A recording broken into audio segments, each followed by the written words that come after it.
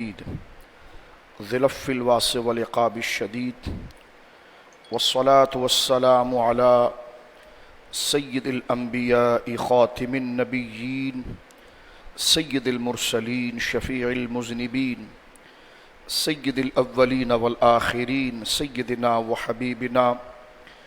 نبينا وكريمنا ومولانا محمد صلى الله عليه وسلم عبده ورسوله بالهدى ودين الحق أرسلا أما بعد فأعوذ بالله من الشيطان الرجيم بسم الله الرحمن الرحيم وإذ قالت الملائكة يا مريم إن الله اصطفاك وطهرك واصطفاك على نساء العالمين يا مريم اقنتي لربك واسجدي واركعي مع الراكعين ذلك من أنباء الغيب نوحي إليك آمنت بالله صدق الله العظيم ببركة إن الله ملائكته يصلون على النبي يا أيها الذين آمنوا صلوا عليه وسلموا تسليما اللهم صل على سيدنا وحبيبنا ومولانا محمد وبارك وسلم صلاة وسلاما عليك يا سيدي يا حبيبي يا رسول الله كلهم من رسول الله ملتمس غرفا من البحر أو رشفا من الديم منزه عن شريك في محاسنه فجوهر الحسن فيه غير منقسم ثم الرضا نبي بكر وعن عمر وعن علي وعن عثمان ذي الكرم مولاي صل وسلم دائما سرمدا على حبيبك خير الخلق كلهم اللہ کی حمد و ثنا نبی محترم نبی معظم خاتم النبیین سید المرسلین جناب رسول مکرم صلی اللہ علیہ وسلم کی بارگاہ مقدسہ میں انتہائی محبت و عقیدت سے درود و سلام پیش کرنے کے بعد تمام تعریف اللہ وحدہ لا شریک کے لیے ہے۔ سورہ آل عمران کی ابتدائی تقریباً 40 کے قریب آیات کا خلاصہ گزشتہ جمعے تک پیش کر دیا گیا تھا، اور ترتیب کے ساتھ آیت نمبر 35 سے سیدتنا مریم علیہ السلام اور ان کی پاکیزگی، ان کی عفت اور ان کی اللہ کی بارگاہ میں ان کا نیک ہونا، بزرگ و برتر ہونا، اس کو ذکر کیا گیا، اور ساتھ میں اس بات کو بھی ذکر کر دیا گیا تھا کہ سیدتنا مریم کو اللہ رب العالمین جل وعلا نے تجویز فرمایا، اور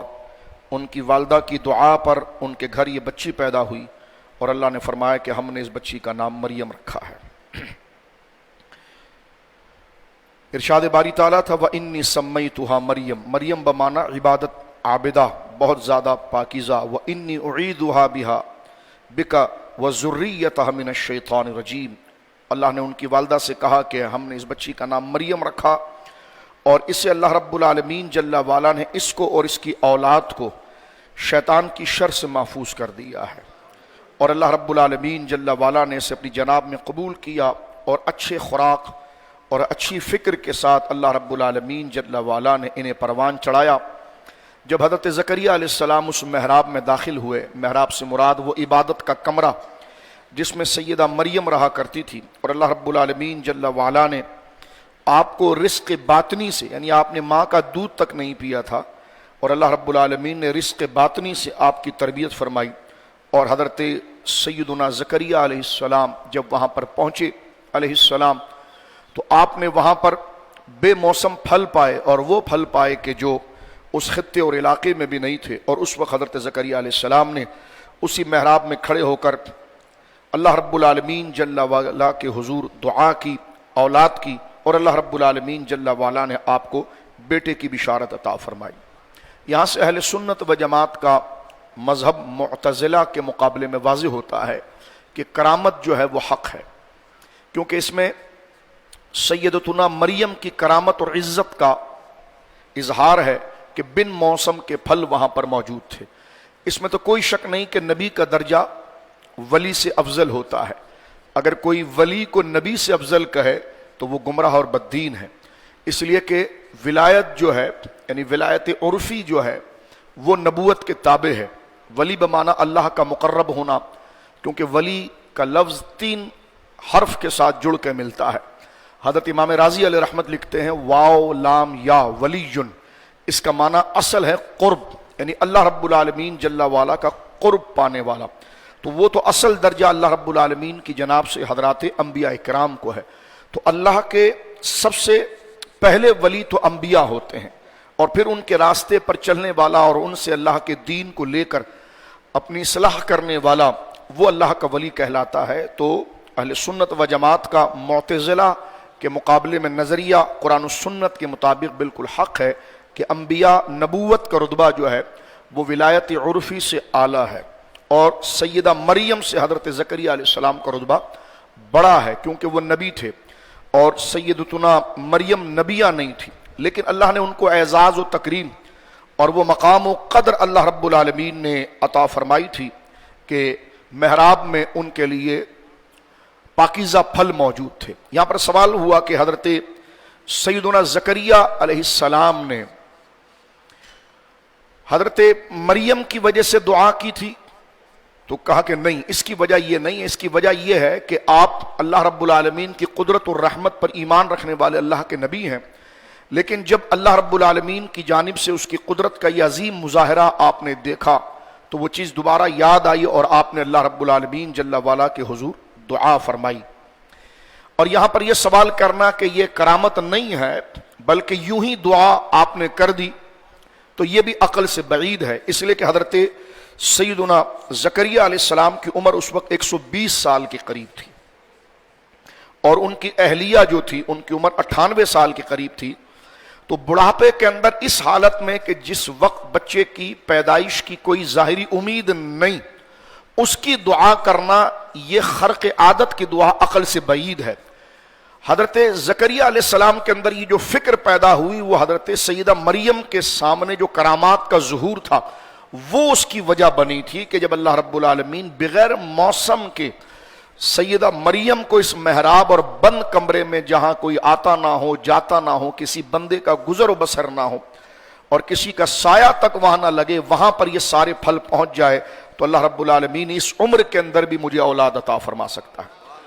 تو گویا کہ معتزلہ کا یہ اعتراض اس پر ہے کہ یہ کرامت نہیں ہے، بس آپ نے دعا کر لی تھی، تو اس کا جواب اہل سنت کی طرف سے یہ ہے کہ 120 سال کی عمر میں خرق عادت کی دعا کا کوئی سوال ہی پیدا نہیں ہوتا۔ آپ کی دعا کا جو سبب بنا تھا وہ سیدہ مریم کی وہ کرامت بنی تھی جو اللہ رب العالمین نے وہاں پر ظاہر فرمائی تھی۔ تو لہٰذا یہ کرامت کا ایک بہت بڑا ثبوت ہے جو ترتیب کے ساتھ قرآن کریم کی جو آیات ہم پڑھ رہے ہیں اس میں ہمارے سامنے یہ واضح ہو رہا ہے۔ اس کے بعد اللہ رب العالمین جل وعلا نے جو بیٹا فرمایا کہ ان اللہ یبشرک بیحییٰ، بے شک ہم آپ کو مژدہ دیتے ہیں زکریا علیہ السلام اور ان کی اہلیہ کو اللہ رب العالمین نے فرمایا یحییٰ کا، اور یہ نام بھی اللہ رب العالمین کی جانب سے تجویز کیا گیا، مصدقا بکلمۃ من اللہ وسیدا وحضورا ونبیا من الصالحین۔ اللہ رب العالمین نے ان کی منقبت و شان کو بیان فرمایا کہ بے شک اللہ آپ کو مژدہ دیتا ہے یحییٰ کا، جو اللہ کی طرف سے ایک کلمہ ہے، جو اللہ کی طرف سے ایک کلمے کی تصدیق کرنے والے ہیں اور سردار ہیں اور ہمیشہ بدکاری سے دور رہنے والے، عورتوں سے بچنے والے، اور ہمارے خاص نبیوں میں اور ہمارے خاص محبوبوں میں ان کا شمار ہے۔ سیدنا یحییٰ کے لیے یہاں پر 2 صفت بیان کی گئی تھی کہ سیدا و حضورا، سید یعنی سردار ہے، وہ قوم کو لیڈ کریں گے اور اللہ رب العالمین جل وعلا کے دین کو آگے بڑھائیں گے۔ آگے ذکر آئے گا کہ حضرت یحییٰ حضرت عیسیٰ علیہ السلام کے خاص مددگار اور معاون جو تھے آپ کے خالہ کے بیٹے حضرت یحییٰ علیہ السلام تھے۔ ان کی ایک شان قرآن کریم نے یہاں ذکر کی کہ وہ سید ہیں، سید و سردار ان کو قرآن نے کہا ہے، اور حضور کہا ہے یعنی وہ بدکاری سے دور رہیں گے۔ اس سے مراد یہ نہیں کہ وہ نکاح سے دور رہیں گے، یہ کہ نکاح انہوں نے نہیں فرمایا، یہ اکثر اقوال ہے، لیکن اس سے مراد ان کی طبیعت جو ہے کہ جو طبیعت رجولیت ہے اس پر کوئی شک نہیں ہے، بلکہ یہاں پر یہ فرمایا کہ حضورا کہ وہ زنا اور بدکاری سے وہ دور رہیں گے، یعنی اللہ رب العالمین ان کو ایسا پاک فرمائے گا، وَنَبِيًّا مِّنَ الصَّالِحِينَ، اور وہ ہمارے خاص نبیوں میں ان کا شمار ہے۔ اور جب حضرت زکریا علیہ السلام نے کہا قال رب ان یکون لی غلام وقد بلغنی کبر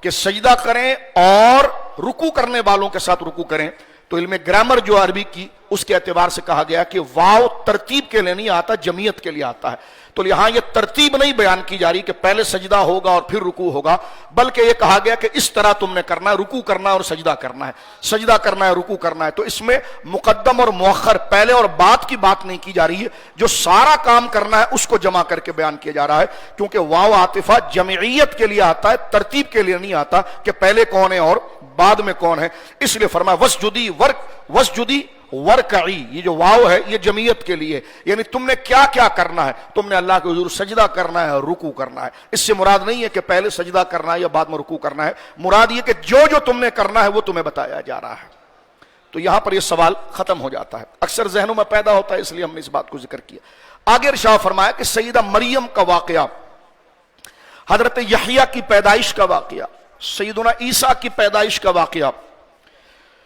اور حضرت زکریا علیہ السلام کی دعا کا واقعہ، یہ تو زمانہ پیچھے ہو چکا تھا جب حضور اس کی بات کر رہے ہیں. اور حضور سید عالم صلی اللہ علیہ وسلم مکہ میں مبعوث ہوئے ہیں، اور مکہ والے امی تھے، وہ پڑھنا لکھنا نہیں کرتے تھے، وہاں علمی کوئی مجلس نہیں لگتی تھی، وہاں درس و تدریس کا کوئی سلسلہ نہیں ہوتا تھا کہ حضور ان کی صحبت میں بیٹھ گئے اور ان سے درس و تدریس میں آپ نے سیکھا ہو. کہ ایک خاتون سیدہ مریم بھی گزری تھی، اور ان کے گھر اللہ رب العالمین نے کلمہ کن سے حضرت عیسیٰ کو پیدا کر دیا تھا، اور پہلے حضرت زکریا گزرے تھے. تو وہ زمانہ تلقین، درس و تعظیم اور گویا کہ واعظ و نصیحت کا تو دور ہی نہیں تھا، کیونکہ مکہ کے لوگ پڑھے لکھے نہیں تھے، اور حضور سید عالم صلی اللہ علیہ وسلم ان امیین کے نبی بنا کر بھیجے گئے تھے. ایک بات، اور جب وہاں لکھنے کا، اسکول کا، مدرسے کا کوئی کانسیپٹ ہی نہیں تھا، تو حضور سید عالم نے کہاں سے لکھا ہوا پڑھ لیا اور کہاں سے لے لیا. تو یہ حضور کی نبوت کی دلیل بن رہی ہے. سارا واقعہ اللہ نے آیت نمبر 43 تک بیان کر دیا، سارے گزری ہوئی ہزاروں سال پرانی خبریں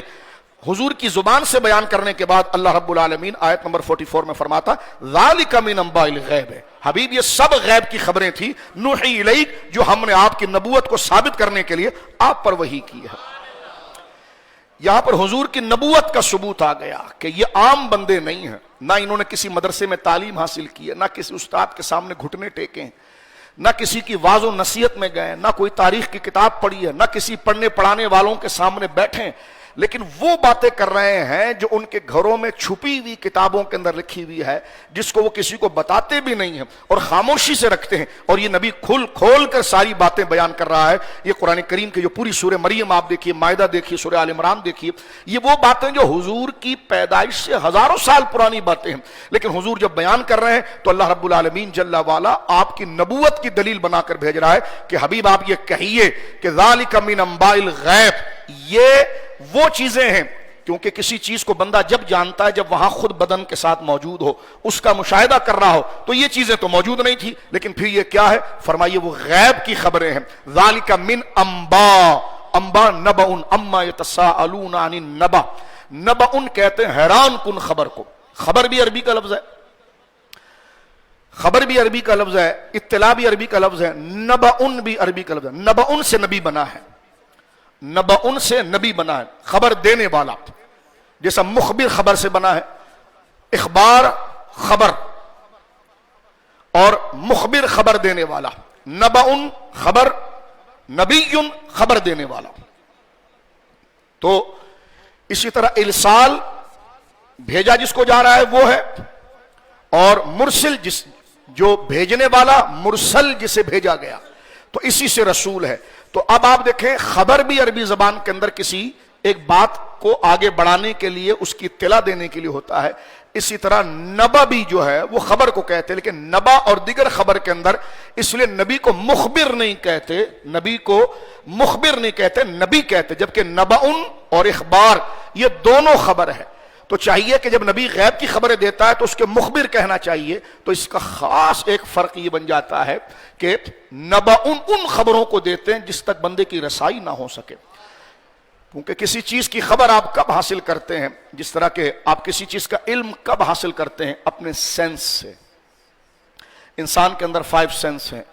جس کو قوت حاسہ کہتے ہیں، دیکھ کر، سن کر، سونگ کر، چکھ کر، پکڑ کر.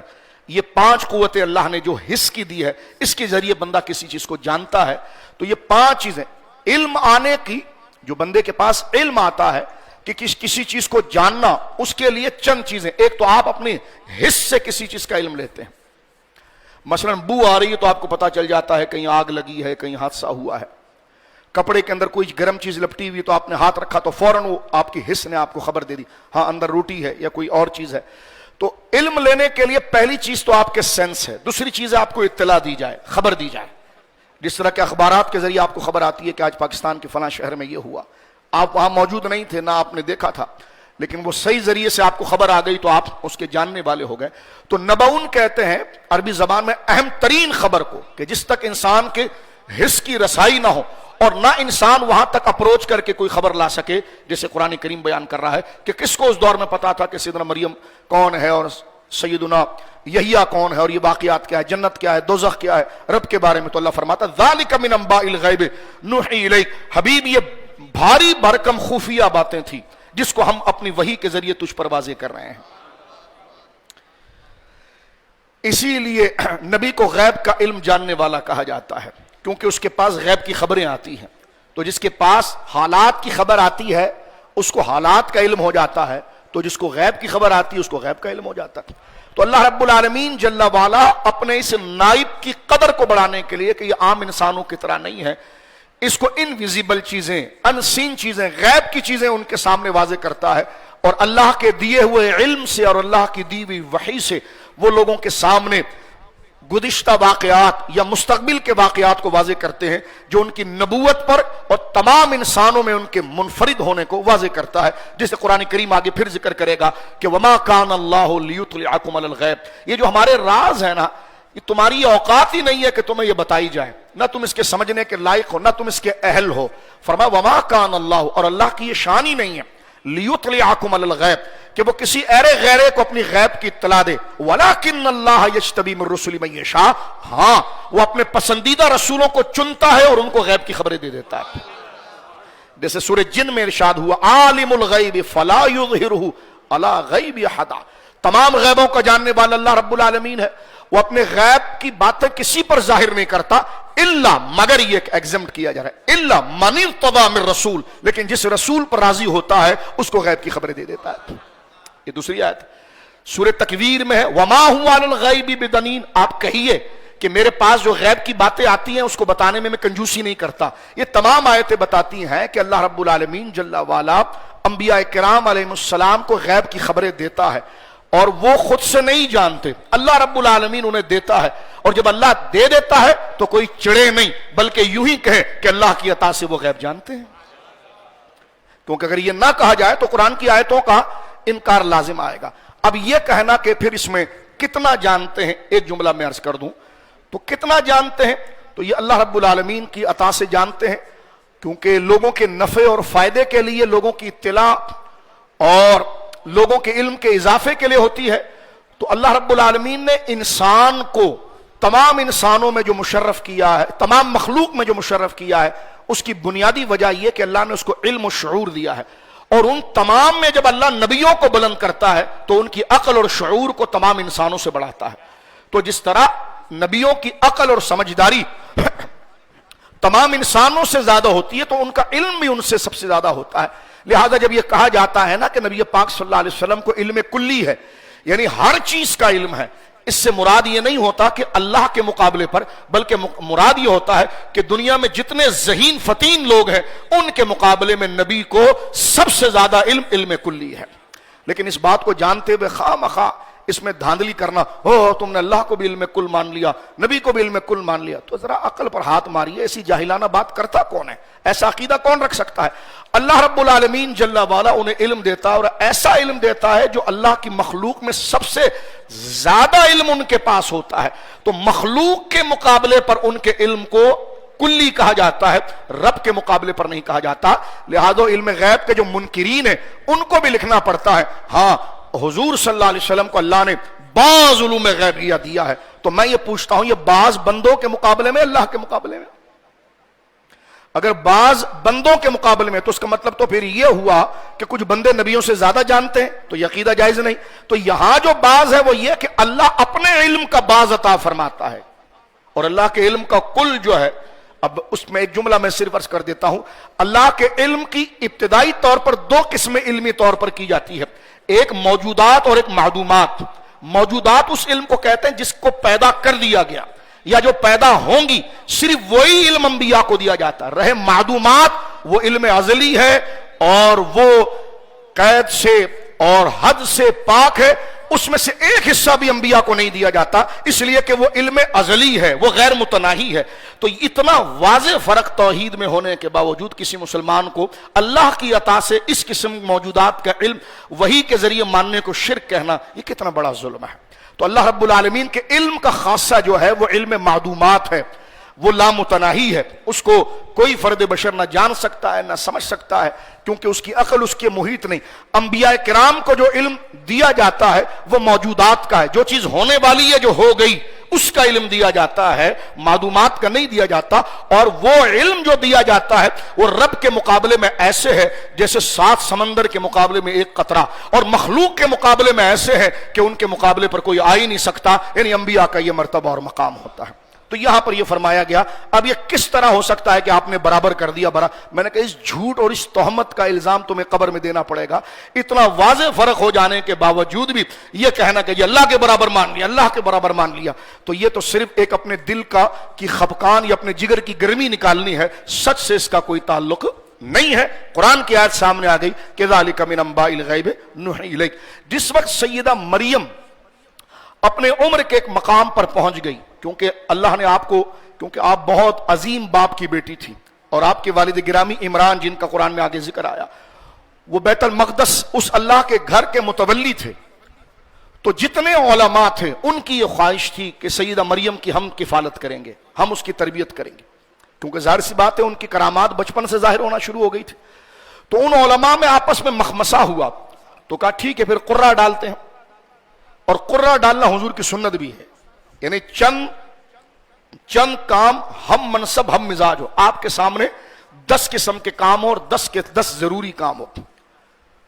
تو اس میں بندہ فیصلے کے لیے قرہ ڈال دے۔ سرکار علیہ الصلوۃ والسلام جب سفر فرماتے تھے تو اپنے ازواج مطہرات کا نام لکھ کر قرہ ڈالتے، اور جس کا نام قرے میں آتا حضور اس کو اپنے سفر میں لے جاتے۔ تو قرہ ڈالنا ایک ترتیب ہے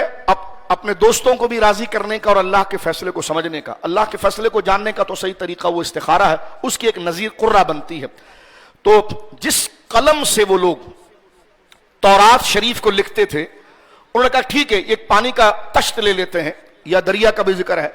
کہا ہم اپنے سارے قلم اس میں ڈال دیتے ہیں، جس کا قلم اوپر نکل کر آ جائے گا تو اس کے نام پر قرہ ہوگا، اور مریم جیسی عظیم بچی کی کفالت وہ کرے گا۔ اب قرآن نے اس واقعے کو یہاں پر ذکر کر دیا ہے، اور یہ آیت نمبر 44 میں ہو رہا۔ اللہ فرما رہا وَمَا كُنْتَ لَدَيْهِمْ إِذْ يُلْقُونَ أَقْلَامَهُمْ، کہ حبیب اس وقت اور تم ان کے پاس نہ تھے، کیونکہ آپ خبر بھی ابھی دے رہے ہیں جبکہ آپ اس وقت نہیں تھے، تو یہی آپ کی نبوت کی دلیل ہے۔ یہ سارا واقعہ وہاں پر ہو چکا تھا۔ وَمَا كُنْتَ لَدَيْهِمْ إِذْ يُلْقُونَ أَقْلَامَهُمْ، اور تم ان کے پاس نہ تھے جب اپنے قلموں کو، اپنے پین کو قرے کے لیے ڈالتے تھے۔ ایہم یکفل مریم، کہ کون ہے جو مریم کی کفالت کرے گا؟ تو اس وقت حضرت سیدنا زکریا کا جو قلم تھا وہ اوپر آ گیا، اور تمام جو بیت المقدس کے جید علماء تھے انہوں نے قبول کر لیا کہ ٹھیک ہے سیدہ مریم کی جو ہے کفالت، قرہ حضرت زکریا کے نام پر نکلا ہے تو حضرت زکریا جو ہے وہ ان کی کفالت کریں گے۔ اب بات کو سمیٹتے ہوئے ایک جملہ عرض کر دینا چاہتا ہوں۔ آگے اللہ رب العالمین جل وعلا شاہ فرماتا اذ قالت الملائکۃ، فرشتوں، یہاں پر لفظ ملائکہ جمع آ رہا ہے، اور قالت کا صیغہ ہمارے علماء یہ لکھتے ہیں کہ جماعت کے ساتھ ہے، اس لیے مؤنث کا صیغہ یہاں پر آ گیا، اور کئی اس کی ترتیب ہے اس جمع کی تقسیم کے اعتبار سے۔ فرمایا اذ قالت الملائکۃ، یہاں ملائکہ سے مراد بطور تعظیم کے حضرت جبریل کو ذکر کیا جا رہا ہے۔ جب جبریل آئے تھے اللہ رب العالمین کی حکم سے حضرت سیدہ مریم کے پاس، یا مریم، اے مریم، ان اللہ یبشرکی بکلمۃ منہ، کہ اللہ تجھے بشارت دیتا ہے اپنے پاس سے ایک کلمے کی، اسمہ مسیح عیسی ابن مریم، اور اس کا نام اللہ رب العالمین نے رکھا ہے عیسیٰ ابن مریم، مسیح عیسیٰ ابن مریم، وجیہا فی الدنیا والآخرہ ومن المقربین، اور وہ بچہ جو ہم تمہیں عطا فرما رہے ہیں وہ دنیا و آخرت میں اللہ رب العالمین جل والا کی بارگاہ میں قرب والا اور وجاہت و مرتبے والا ہے۔ سیدہ مریم اپنے حجرے میں موجود تھی اور اس وقت حضرت جبریل آپ کے پاس آئے، اور قرآن کریم نے اس بات کو ذکر کیا۔ یہاں سے ہمارے اور دیگر لوگوں کے درمیان بڑا معرکۃ الآراء مسئلہ یہاں سے کھڑا ہوتا ہے حضرت عیسیٰ علیہ السلام کی پوزیشن کا۔ میں صرف آج کے درس میں کیونکہ وقت مکمل ہو گیا ہے ایک ہی بات عرض کروں گا، اس کے بعد انشاءاللہ آنے والے درس میں انشاءاللہ بائبل سے کچھ باتیں آپ کی خدمت میں ذکر کریں گے جو قرآن کی صداقت پر آج بھی وہاں پر وہ دلیلیں موجود ہیں۔ جب حضرت سیدنا جبریل سیدہ مریم کے پاس آئے تو اللہ کی طرف سے انہوں نے بشارت دی تھی، یبشرکی بکلمۃ منہ اسمہ مسیح عیسی ابن مریم وجیہا فی الدنیا والآخرۃ ومن المقربین۔ اللہ رب العالمین فرماتا ہے کہ ہم نے بشارت دی، اے مریم ہم تجھے بشارت دیتے ہیں ایک کلمے کے ساتھ، اور اس کا نام ہے مسیح عیسی ابن مریم وجیہا، وہ بڑے وجاہت والا روادار ہوگا، اور اللہ دنیا و آخرت میں اللہ رب العالمین جل والا کا مقرب ہوگا۔ یہاں بکلمۃ منہ اللہ رب العالمین جل والا کا ارشاد ہے کہ ہم بشارت تجھے دے رہے ہیں اپنے کلمے کے۔ کلمے سے مراد یہی ہے، ایک تو یہ ہے کہ اللہ رب العالمین جل والا جب کسی چیز کو پیدا کرنا چاہتا ہے تو اللہ رب العالمین جل والا ارشاد فرماتا ہے کن فیکون، وہ پیدا ہو جاتی ہے۔ یہ کن کا کلمہ جو ہے اس نے کائنات کو وجود بخشا ہے۔ اللہ رب العالمین جل والا اپنے شان شان جیسے کلام فرماتا ہے کن، تو یہ ایک کلمہ ہے، ایک کلمہ، یہ کن کہنے سے چیز پیدا ہو جاتی ہے۔ اور یہی حضرت سیدہ مریم سے کہا جا رہا ہے کہ اللہ رب العالمین جل وعلا تمہیں بشارت دیتا ہے اپنی جانب سے اس کلمے کی۔ اب سوال پیدا ہوا کہ ہر چیز تو کن سے پیدا ہوئی ہے، تو یہاں حضرت عیسیٰ علیہ السلام کو کلمہ کن کہنا، کلمہ کہنا، ان کی کیا خصوصیت بنے گی؟ تو اس کا ایک ہی جواب مختصراً عرض کر دینا چاہتا ہوں، وہ دیکھیے اللہ یقیناً ساری کائنات اللہ کے ایک کلمے کے کہنے پر بنی ہے، کن ہو جا تو ہو گیا، فیکون وہ ہو گئی، کن ہو فیکون پس وہ ہو گئی۔ تو ایک کلمے سے اللہ رب العالمین نے اپنے شان کلام فرمایا تو کائنات ماریز وجود میں آئی۔ تو وہی کلمہ حضرت سیدہ مریم سے کہا گیا تو حضرت عیسیٰ پیدا ہوئے، تو پھر خاص کلمے کا ذکر کیوں کیا گیا؟ اس کا جواب مفسرین نے بڑا خوبصورت دیا ہے، وہ یہ ہے کہ اللہ رب العالمین جل وعلا نے جب کن فرمایا کائنات کے لیے تو کائنات جو بنی اس کے پیچھے اللہ نے کاز کو بھی پیدا کیا، اس کے بننے کا۔ جیسے بارش، اللہ کہتا ہے بارش ہو جائے تو اس کے لیے پھر بادل لاتا ہے، ہوائیں لاتا ہے، پھر جا کے بارش ہوتی ہے، جبکہ یہ اللہ ہی نے تخلیق کی ہے۔ تو ایک اللہ کی تخلیق ایسی ہے کہ جس میں اسباب کا طریقہ ہوتا ہے، اسباب کی ترتیب ہوتی، وہ چیز پیدا ہونے میں پیچھے اس کے سبب ہوتے ہیں، پھر جا کر جیسے بچہ پیدا ہو رہا ہے۔ حضرت عیسیٰ علیہ السلام اگر سیدہ مریم سے پیدا ہوئے تو ہم بھی تو کسی ماں سے پیدا ہوئے ہیں، تو ہمیں تو کلمہ نہیں کہا گیا۔ حضرت عیسیٰ علیہ السلام کو کلمہ کیوں کہا گیا؟ اس کی وجہ یہ کہ ہماری پیدائش سبب سے ہوئی ہے، باپ اور ماں کے ملنے سے، یہ بھی اللہ کی تخلیق ہے۔ اور حضرت عیسیٰ علیہ السلام کو اللہ نے پیدا کیا، یہ بھی اللہ کی تخلیق ہے، لیکن فرق یہ ہے کہ ہماری پیدائش کے پیچھے ایک سلسلہ ہے، ایک واسطہ ہے، باپ کا ہونا اور ماں کا ہونا۔ اور حضرت عیسیٰ علیہ السلام وہ ہے کہ جن کی پیدائش کے پیچھے یہ سبب نہیں ہے، اس لیے خصوصیت کے ساتھ ان کو کن کے ساتھ بیان کیا گیا۔ دیکھیں آگے اللہ رب العالمین کیا ارشاد فرماتا ہے، اس پر میں بات کو ختم کرتا ہوں، یہ قرآن کی فصاحت ہے۔ اللہ فرماتا ہے کذالک اللہ یخلق ما یشاء، مریم کوئی پریشانی کی ضرورت نہیں تمہیں، اللہ اسی طرح چاہتا ہے تو پیدا کرتا ہے۔ اب ذرا ایک لفظ پر غور کیجئے، گفتگو ہم ختم کرتے ہیں۔ حضرت عیسیٰ علیہ السلام کو جب رب نے پیدا کیا تو کیا جملہ فرمایا؟ یخلق ما یشاء، خلق کا لفظ بولا۔ اور حضرت سیدنا یحییٰ کو جو پیدا کیا، حضرت زکریا بوڑھے ہو چکے تھے، تو وہاں پر کیا اللہ رب العالمین جل وعلا کا ارشاد موجود تھا؟ اللہ رب العالمین نے وہاں پر ارشاد فرمایا کذالک اللہ یفعل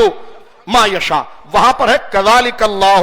یفعل ما یشاء، اور ادھر اللہ رب العالمین جل وعلا فرما رہا کذالک اللہ یخلق ما یشاء۔ حضرت زکریا، حضرت یحییٰ کی پیدائش کے لیے یفعلو کا لفظ آیا، اور حضرت سیدنا عیسیٰ کے لیے یخلقو کا لفظ آیا۔ یہ وجہ کیا ہے؟ یفعلو اس لیے فرمایا کہ ہم تجھے زکریا بیٹا دیں گے،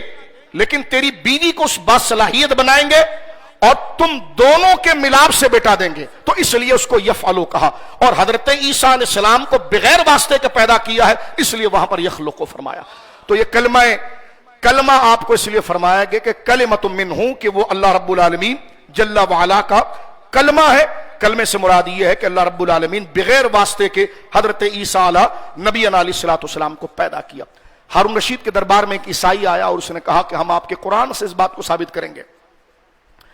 کہ عیسیٰ علیہ السلام جو ہے وہ اللہ رب العالمین کا جز ہے۔ اور اس نے کہا کہ دیکھو اللہ رب العالمین نے فرمایا ہے قرآن مجید میں کہ کلمۃ منہ، اور یہ من جو ہے یہ بازیت کے لیے آتا ہے کہ اللہ کے نور کا کچھ حصہ، اللہ کی روح کا کچھ حصہ یہاں پر آ گیا ہے، تو یہ جزئیت ثابت ہوئی۔ تو ہارون رشید کے دربار میں ایک عالم موجود تھے، انہوں نے سورہ جاسیہ کی آیت اس کے سامنے پڑھی، فرمایا وَسَخَّرَ لَكُم مَّا فِي السَّمَاوَاتِ وَمَا فِي الْأَرْضِ، اور اللہ نے تمہارے نفع دینے کے لیے مسخر کر دیا ہے جو کچھ آسمانوں میں ہے اور جو کچھ زمینوں میں، جمیعا منہ، جمیعا منہ، اور یہ تمام کے تمام اس سے ہے۔ تو یہاں پر بھی دیکھیں من کا معنی اگر ٹکڑے کے کیا جائے تو اس میں آسمان اور زمین سب اللہ کا حصہ بننا شروع ہو جائیں گے، تو اس لیے فرمایا گیا کہ گرامر میں من جو ہے وہ بازیت کے لیے نہیں، ابتدا کے لیے بھی آتا ہے۔ مراد یہ ہے کہ کلمۃ منہ یعنی حضرت عیسیٰ کی ابتدا جو ہے وہ اللہ کے کلمے سے ہے۔ اور یہاں جو فرمایا کہ زمین اور آسمان میں جو بھی چیز ہے جمیع منہ، اس کی ابتدا جو ہے وہ اللہ کے کلمہ کن سے ہے، کیونکہ من کبھی ابتدا کے لیے آتا ہے کبھی بازیت کے لیے آتا ہے۔ تو حضرت عیسیٰ علیہ نبی علیہ السلام کی تخلیق کا شاہکار یہ ہے کہ حضرت سیدہ مریم کی بعض روایت میں آتا ہے کہ آپ کی آستین میں، بعض روایت میں آتا ہے کہ آپ کے گردن کی طرف حضرت عیسیٰ علیہ السلام نے پھونک لگائی تھی، قرآن میں آگے آئے گا ہم ذکر کریں گے، جس سے حضرت سیدنا عیسیٰ علیہ نبی علیہ السلام اپنی والدہ کے بطن میں قرار پائے، اور جب آپ پیدا ہوئے تو اللہ نے فرمایا یہ دنیا و آخرت میں ہمارے وجی ہیں، اور ہم نے ان کو وجاہت عطا فرمائی اور ان کو یہ شان عطا فرمائی کہ یہ اپنے جھولے کے اندر بات کرتے تھے۔ بعض نیچریوں نے کہا کہ جیسے بچہ واں واں کرتا ہے تو وہ بات کرتے، تو ہم نے کہا یہ مراد نہیں ہے، اس سے مراد یہ کہ باقاعدہ فصیح کلام جو قرآن نے ذکر کیا ہے کہ انہوں نے اپنی ماں کی گود میں اور اپنے جھولے کے اندر یہ جملہ فرمایا تھا کہ میں اللہ کا رسول ہوں، میں مبارک ہوں، اور اللہ رب العالمین نے مجھے کتاب عطا فرمائی۔ تو یہ حضرت عیسیٰ علیہ السلام کی تخلیق کا اللہ رب العالمین جل وعلا نے ذکر کیا ہے۔ یہ آیات اسلامی عقائد اور توحید پر بہت خوبصورت نظیر ہے، بغیر تشریح کے اس کو نہیں بیان کیا جا سکتا تھا، لہٰذا آج کے درس میں ہم نے وہ علمی ابحاث کھولی نہیں ہے، صرف سرسری اس کا ترجمہ اور اس کا مفہوم بیان کیا ہے کہ گزشتہ جمعے اگر یہ باتیں آپ کے ذہنوں میں تازہ رہیں گی تو پھر عقیدہ توحید اور حضرت عیسیٰ علیہ السلام کا کے اوپر عدم الوہیت جو حق ہے انشاءاللہ اس پر جو اسلام کے دلائل ہیں، اور غیر مسلم جو حضرت عیسیٰ علیہ السلام کو خدا کا بیٹا قرار دیتے ہیں وہ انصاف کے کس درجے تک ہے، قرآن کریم نے اس بات کو واضح کیا ہے۔ اللہ رب العالمین جل وعلا ہمیں قرآن کی آیات کو سمجھنے کی توفیق عطا فرمائے، اور اللہ رب العالمین جل وعلا کی وحدانیت و یکتائی پر اللہ رب العالمین ہمیں کامل ایمان عطا فرمائے، اور اسی پر ہمیں خاتمہ عطا فرمائے، اور کل قیامت کے دن اپنے محبوب کی شفاعت عطا فرمائے۔ اور جملہ انبیاء کرام چاہے حضرت یحییٰ ہوں یا حضرت عیسیٰ ہوں یا حضرت داؤد ہوں یا کوئی بھی نبی ہوں، چاہے کوئی غیر مسلم ان کا نام لے کر ہمیں دھوس دینے کی کوشش کرتا ہو، جو اللہ کے نبی ہیں تمام کا ادب کرنے کی، تمام سے محبت کرنے کی، تمام کی تعظیم کرنے کی اللہ ہمیں توفیق دے۔ اس لیے کہ کوئی کسی اچھے کا نام لے کر کوئی برائی پھیلا رہا ہو تو ہم اچھوں کے خلاف نہیں جائیں گے، اس لیے کہ حضور پر ایمان رکھنے کا مطلب ایک یہ بھی ہے کہ ہم نے حضرت عیسیٰ پر بھی ایمان رکھنا ہے، حضرت یحییٰ پر بھی ایمان رکھنا ہے، حضرت زکریا پر بھی ایمان رکھنا ہے۔ کسی کے لیے ہلکے جملے، گھٹیا جملے، ناپاک جملے کہنا یہ شرعاً بالکل جائز نہیں، یہ گورے کی بربریت ہے کہ وہ حضرت عیسیٰ کی توہین، حضرت عیسیٰ کی تعظیم کی بات کر کے سرکار کے کارٹونز بناتا ہے۔ یہ مسلمان کے قلب کی فراوانی اور اللہ پر کامل یقین ہے کہ وہ حضور علیہ السلام کی محبت میں کسی اللہ کے محبوب نبی کی توہین نہیں کرتا، بلکہ وہ سارے نبیوں پر ایمان لاتا ہے کہ آمنت باللہ وملائکتہ وکتبہ ورسولہ۔ اللہ رب العالمین جل وعلا اس اخلاق اور ایمان کے راستے پر ہمیں گامزن فرمائے۔ وآخر دعوانا الحمدللہ۔